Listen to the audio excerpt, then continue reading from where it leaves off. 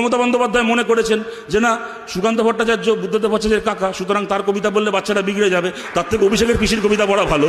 সেই কারণে ওনারাও ভালোই চান রাজ্যের, এটা আপনাদেরকে মানতে হবে। যে কারণে সুকান্ত ভট্টাচার্যের কবিতাকে সিলেবাস থেকে বাদ দিয়ে মমতা ব্যানার্জির 19টা বই সরকারি লাইব্রেরিতে ঢুকিয়েছেন। বাচ্চারা পড়ছে এখন, মা ডাকে হাম্বা, গরু ডাকে বুম্বা, হরে করে কম্বা, বাচ্চাদের ভালো হচ্ছে।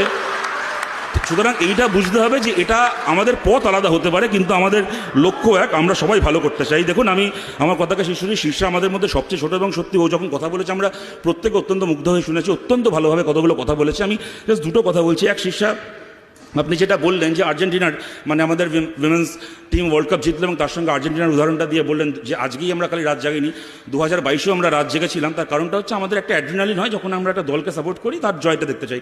কথাটা একদম ঠিক। আমি আপনাকে বলছি শীর্ষা, এই আমরাই ধরুন, আমি একদম জ্ঞান হওয়ার পর থেকে আর্জেন্টিনার সমর্থক। আমি মারাদোনা থেকে শুরু করে আজকের মেসি, মাঝে বাতিস্তা, আমি পাগলের মতো আর্জেন্টিনার সমর্থক। আজকে সকালবেলা যখন মেসি এসেছিলেন যুবভারতীতে অরূপ বিশ্বাসকে দেখতে, আমার ইচ্ছে ছিল যাবার, কিন্তু টাকা ছিল না বলে যেতে পারিনি। যাই হোক, কিন্তু এই আপনারা প্লিজ হাততালি দেবেন, আমার সময় শেষ হয়ে এসছে,